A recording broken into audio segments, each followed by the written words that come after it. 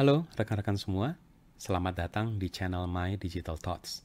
Nama saya Irving Huta Galung, dan di channel ini saya akan berbagi tips and trik seputar teknologi, baik yang saya dapatkan dari pekerjaan maupun dari kehidupan sehari-hari. Jadi, jangan lupa untuk subscribe di channel ini dan aktifkan juga notification, supaya rekan-rekan mendapatkan notifikasi ketika ada video-video terbaru. Jangan lupa juga berkunjung ke blog saya di irving.web.id untuk mendapatkan update-update terbaru. Halo rekan-rekan semua, di video kali ini saya ingin menjelaskan mengenai perbedaan antara KubeNet dan CNI di Azure Kubernetes Service. Seperti rekan-rekan tahu, ketika kita menggunakan Azure Kubernetes Service atau AKS, kita harus memilih apakah kita akan menggunakan network model KubeNet, yaitu bawaan dari Kubernetes, atau kita menggunakan CNI yang disediakan oleh Azure. Kedua hal ini bisa digunakan di Azure, tapi tentunya masing-masing punya kelebihan dan kekurangan masing-masing. Oke, ya kita pindah dulu ke whiteboard. Saya akan coba jelaskan sedikit ya. Jadi kalau rekan-rekan yang familiar dengan Kubernetes, tentunya tahu bahwa kalau kita di Kubernetes, jadi saya gambar gini ya.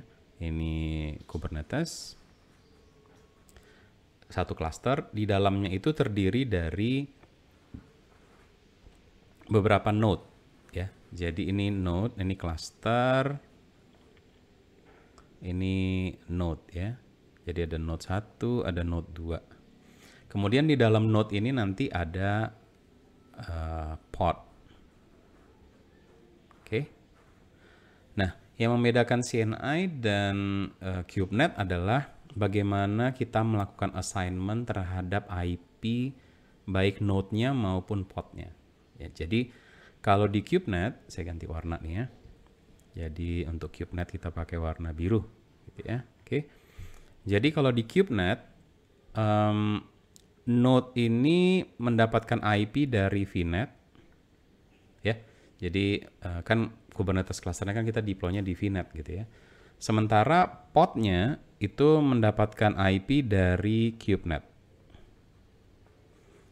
Jadi rekan-rekan bisa bayangkan bahwa dengan pendekatan seperti ini, kita tidak terlalu banyak perlu menyediakan IP di VNet karena hanya dipakai oleh node gitu ya. Kan node biasanya nggak terlalu banyak juga gitu kita pakai di Kubernetes.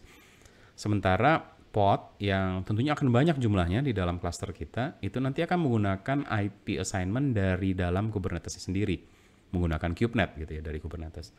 Sementara kalau kita pakai model CNI, sampai ke warna hijau, itu node-nya mendapatkan IP dari VNet, pod-nya juga mendapatkan IP dari VNet. Jadi pod ini, saya kasih tulisannya di sana, tadi nggak ada tulisannya. Oke, ini pod juga ya. Jadi pod juga mendapatkan IP dari VNet. Jadi rekan-rekan langsung bisa bayangkan gitu bahwa, wah, berarti VNet-nya harus lumayan gede juga ya. Kita harus hati-hati dalam menentukan ukuran VNet kita karena pod juga akan dapat dari sana gitu. Kalau gitu apa dong ya? Apa kelebihannya pakai CNI gitu ya? Jadi ini CNI, ini KubeNet. KubeNet gitu ya. Oke, jadi saya coba jelaskan, kita geser sedikit. Jadi saya coba jelaskan bedanya KubeNet sama CNI gitu ya. Jadi di sini kita pakai ini KubeNet. Kita belah dua ya. Ini CNI. Oke. Jadi kalau di KubeNet seperti tadi saya jelaskan bahwa node IP itu dari KubeNet ya. Dari VNet, sorry. VNet, pod IP dari KubeNet.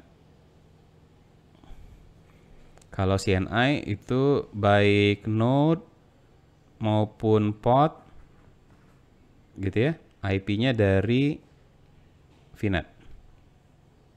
Nah, implikasinya apa? Kalau kita sudah menggunakan VNet, maka di CNI kita bisa menggunakan network policy dari Azure gitu ya. Sementara kalau di CubeNet itu kita nggak bisa. Jadi kalau mau pakai network policy kita pakai alternatif seperti misalnya Calico gitu ya. Calico Network Policy. Oke. Kemudian apalagi implikasinya bahwa kalau menggunakan, karena balik lagi udah terintegrasi dengan VNet, maka di CNI ini nggak pakai NAT nih. No NAT gitu ya. Source IP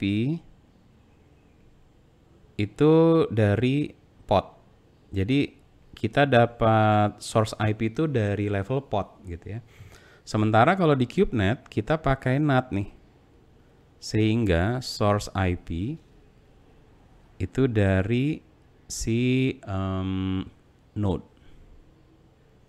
Oke, jadi ini harus diingat bahwa ketika nanti ada outgoing network connection dari Kubernetes kita, dari pod kita, maka kalau di CNI, karena podnya sudah dapat IP dari VNet, maka ya source IP-nya juga IP-nya pod langsung. Sementara kalau menggunakan CubeNet, karena pod IP-nya dari CubeNet, otomatis pas dia lagi outgoing connection, harus terjadi NAT ya. Sehingga menggunakan IP-nya si node gitu loh. Karena yang punya VNet IP kan si node-nya doang gitu ya. Nah ini harus diperhatikan karena ini nanti ada hubungannya dengan ketika kita main-main dengan NSG dan lain-lain gitu ya. Dan karena si podnya juga punya IP langsung dari VNet, otomatis ketika connect ke Azure Resources yang lain gitu ya, pod itu bisa connect ke Azure Resources yang lain sebagai dirinya sendiri gitu. Sementara kalau di CubeNet nggak bisa gitu ya. Dia harus berarti dia datangnya sebagai node gitu ya. Nah ini jadi kadang-kadang kan kita misalnya mau milah ya bahwa ini pod-pod yang perlu ngakses Azure SQL ya bisa nyambung, tapi kalau pod-pod yang nggak boleh misalnya bagian front end gitu ya, nggak boleh langsung connect Azure SQL ya kita mau disable gitu ya aksesnya. Nah pakai CubeNet nggak bisa tuh, karena selama mereka datang dari node yang sama, kita nggak bisa bedakan. Sementara kalau pakai CNI bisa gitu. Kelebihan lain dengan CNI jadinya kita bisa menggunakan app gateway sebagai ingress controller, sebagai ingress controller, atau istilahnya itu AJIC ya, AJIC gitu ya, app gateway sebagai ingress controller. Kalau di CubeNet otomatis kita harus pisahkan, jadi harus punya ingress controller sendiri. Misalnya kita pakai Nginx gitu ya, baru kita pasang lagi app gateway di depan AKS-nya sebagai WAF gitu ya. Kalau CNI jadinya itu cuma satu step, karena app gateway-nya yang sebagai ingress controller itu bertugas sebagai WAF sekaligus juga sebagai ingress controller gitu. Jadi lumayan gitu ya, mengurangi kompleksitas sistem gitu. Cuma balik lagi, jadi kita harus hati-hati di sini menggunakan CNI karena jadi warning gitu ya. Kan banyak kelebihannya nih pengen pakai CNI gitu, tapi warning nih. Gitu ya, ukuran VNet. Karena harus diingat, misalnya kita membuat AKS cluster, terus misalnya standar lah ya 3 node gitu ya. Terus kan satu node itu bisa nyampung sampai 200 sampai 250 pod gitu ya. Saya lupa gitu exactly, bisa baca di docs. Otomatis bisa bayangkan bahwa kalau kita punya 3 node berarti bisa sampai berapa? 750 pod gitu ya. Maksimum, belum tentu segitu tapi maksimum gitu. Berarti kita harus nyediain 750 IP di VNet-nya. Plus IP-nya si node-nya sendiri gitu kan. Jadi harus hati-hati. Sudah ada beberapa kali kejadian customer saya yang udah deploy nih VNet-nya, AKS-nya udah jalan pakai CNI, everybody happy gitu ya. Terus tahun kemudian ketika semakin banyak services yang berjalan, semakin banyak pod yang dipakai, makin banyak aplikasi di deploy ke dalam cluster itu, tiba-tiba mentok gitu ya. Dan nggak bisa digedein gitu VNet-nya. Gitu. Jadi dia harus deploy ulang. Jadi ini harus diingat. Gitu. Jangan sampai nanti menyesal kemudian di belakang. Gitu. Oke, nah ini saya hanya jelaskan dulu dan rekan-rekan harus pilih dulu gitu ya di awal supaya nanti setelah ini kita bisa jelaskan masing-masing gitu ya. Gimana sih caranya membuat AKS cluster kalau pakai CubeNet dan bagaimana kalau pakai CNI. Oke? Jadi setelah ini akan rekan-rekan bisa lihat video-video lain gitu ya. Saya geser sedikit supaya tulisan saya kelihatan. Saya akan buat video yang terpisah, satu bagaimana caranya membuat AKS cluster dengan menggunakan CubeNet, dan bagaimana caranya membuat AKS cluster kalau menggunakan CNI. Oke, jadi jangan lupa untuk ikuti terus channel saya ini. Silakan subscribe, tandakan notifikasi supaya nanti rekan-rekan dapat notifikasi kalau ada video-video terbaru. Oke, terima kasih. Terima kasih karena sudah bergabung di channel My Digital Thoughts.